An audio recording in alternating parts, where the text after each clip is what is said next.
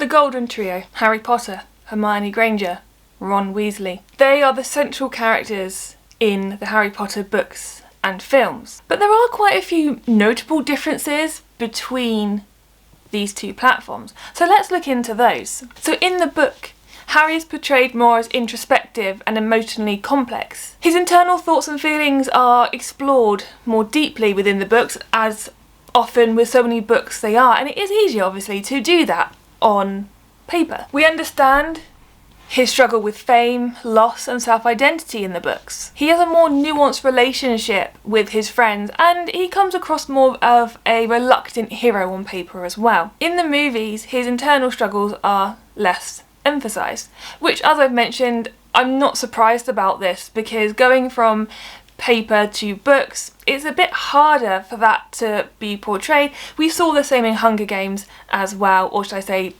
the Ballad of Songbirds and Snakes. We saw this very much from paper to film. We kind of lost some of those things that made us not like snow as much in the book to the film. Moving back to Harry, his character is often more reactive, responding to events as opposed to being a bit more proactive around them. And the movie does simplify his emotional journey, focusing more on the action and the plot.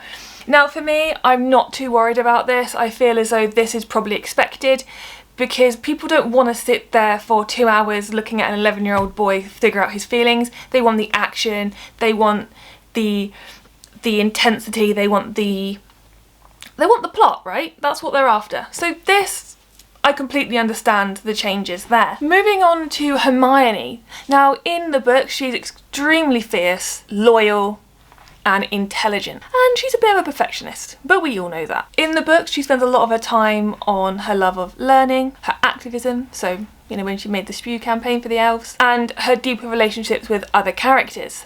Her intellect and skills are fairly well highlighted in the books, but her occasional insecurities and her fears about being underestimated are definitely explored more in the books than they are in the movies. So moving over to the movies, we still know that Hermione is intelligent. That is a key theme throughout all of them on books and movies for this character. But some of her more significant contributions, or her extensive role in planning and executing some of the plans that the trio have, is often more understated or downplayed. She does come across a bit more one-dimensional in the movies. Definitely in the book, she's a bit more 3D. She has a bit more to her. A bit more going on, if you know what I mean. The movies does focus mostly on her bravery and her loyalty, but you know, she always has this emphasised relationship with Harry and Ron as well. And again, that's a key thing. So with the changes for Hermione, I do feel like she was done a little bit dirty. I do think that it would have been nice for her to have a little bit more going on than just being the smart girl. You know, showing that she has a few insecurities, and even just maybe this perception that she is being underestimated a lot. That would have been great to see, and see her overcome that.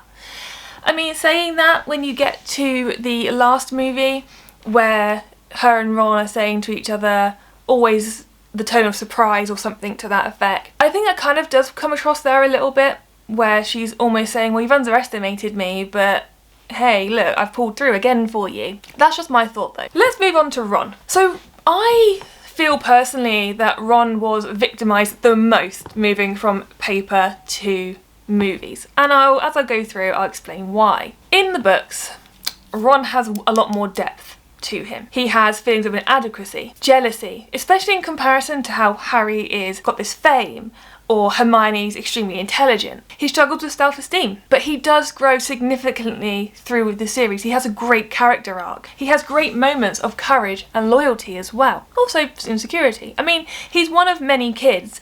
It probably is hard for him to feel like he's going to rise above or be as good as Percy, as good as Charlie, apologies. The one thing that did bother me the most about the change between Ron in the books and the movies is that he does come across a bit smarter in the books. I feel as though some of the ideas and some of the things that they get up to, Ron has actually got a big part to play in that. He does have a bit more to him Whereas in the movies, as we're about to move on to, he's just a comic relief. He comes across as a bit of the goofy friend, a bit dopey maybe. His insecurities and jealousy definitely is more surface level in the movies than it is in the books. His more complex and emotional moments are often glossed over or undeveloped. And you wonder if this is because the writers, when they put it onto film, thought this is a quicker, more straightforward line to humour. We don't really want this emotional breakdown, we want this laughter. So for me, I feel, as I've mentioned, Ron got the worst end of the deal here. His character could have had so much more to it that we just lost, unfortunately, when we were moving it from one platform to the other. Now, I know that there is a HBO TV series coming out, and the rumour is, and I could be wrong, so don't shoot the messenger if I'm wrong, but the rumour is that it's going to be one series per book. So hopefully we're going to get a lot more of these details in and a lot more character development. So I do hope that we do start to see a bit more of Ron's insecurities, of Hermione's intellect, or again, her insecurities, her worries, her activism. Would be great to see that brought to screen as well. One thing I will point out last about Ron in the movies, and again it is in the books, but I kind of read into it a bit differently the older I've got, is when Ron is in front of the Mirror of Erised and he's seeing himself and he is prefect or head boy, he has the Quidditch cup, he looks amazing, and these are the things that he really wants. These are the things that he would love to have, and it breaks my heart thinking that for him, all these things that his brothers have done are his greatest desires, and you just really want the most for him.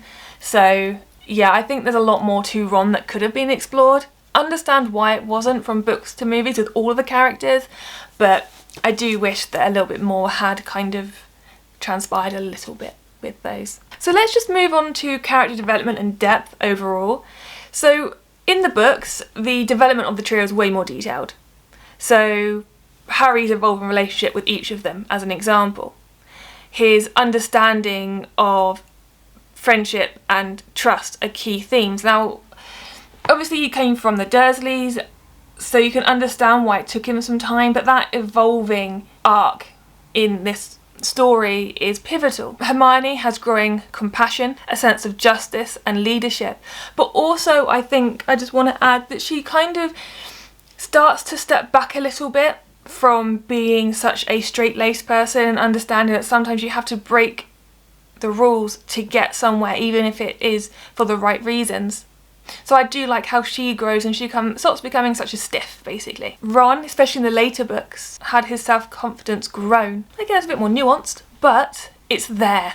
It's a great theme for him. The movies, however, whilst we do see some character growth, the plot is obviously prioritised, as you'd expect it to be when you're going to see a movie. But as a result of this, a victim of this, some of these smaller, more subtle moments that contribute to the character's development in the books are either shortened or just completely left out. Now, I know that I sound like I'm complaining a lot, and I'm not. I would happily sit there and watch a movie that contains everything I love, or I'd watch a series. So my hope is that the series that's coming out is really going to have all of these things in that we're missing, that make the book so great. Looking at the trio's dynamic themselves, so this is more complex. So the books do dive into the nuances of their relationships, as you'd expect it to do, including disagreements, misunderstandings, and emotional support. So for instance, Ron's jealousy of Harry and Hermione's relationship with both Harry and Ron is definitely more explained in the books, definitely more